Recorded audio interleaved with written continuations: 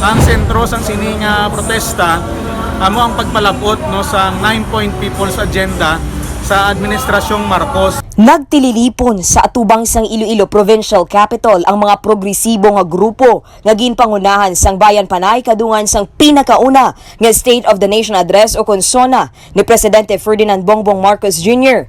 Sa interview sang Radyo Bandera Iloilo kay Brian Bosque, spokesperson sang Bayan Panay, ginalauman sang grupo ang 9-point People's Agenda nga ipatuman sa administrasyon ni Marcos. Una na diri ang pagpanubo sa presyo sang balaklon, pagsuspende sa excise tax, pagpasaka sa sweldo sa mga mamumugon, pagnubo sa numero sang unemployment rate sa pungsod, pagpatuman sang genuine land reform, pagbato sa disinformation, paghatag sang importansya sa human rights, pagprotekta sa dunang bangga, pagpangapin sa aton nga soberanya. Nahibaluan nga nagtipon ang mga progresibo nga grupo umpisa alauna sang hapon Hulyo 25 sa Iloilo Provincial Capital.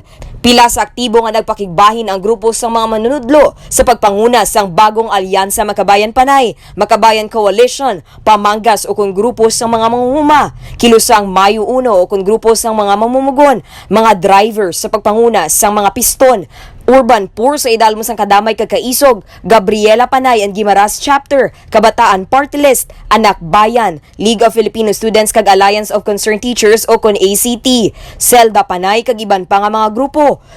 Yari ang bagong alyansa Makabayan Panay sa tubang sang Iloilo Provincial Capital para nga maghiwat no sang isa ka ublag protesta kadungan sa labing unang State of the Nation Address ni Bongbong Marcos. Dugang pa ni Bosque nga luyag sini nga inina ang manginuna kag pinakauli nga sona ni Presidente Marcos. Balita nagikan sa Iloilo Provincial Capital. Ini si kabanderang Dane Raffles, nagabandera sa matutuod nga serbisyo publiko kag kalingawan sa Iloilo, Radyo Bandera.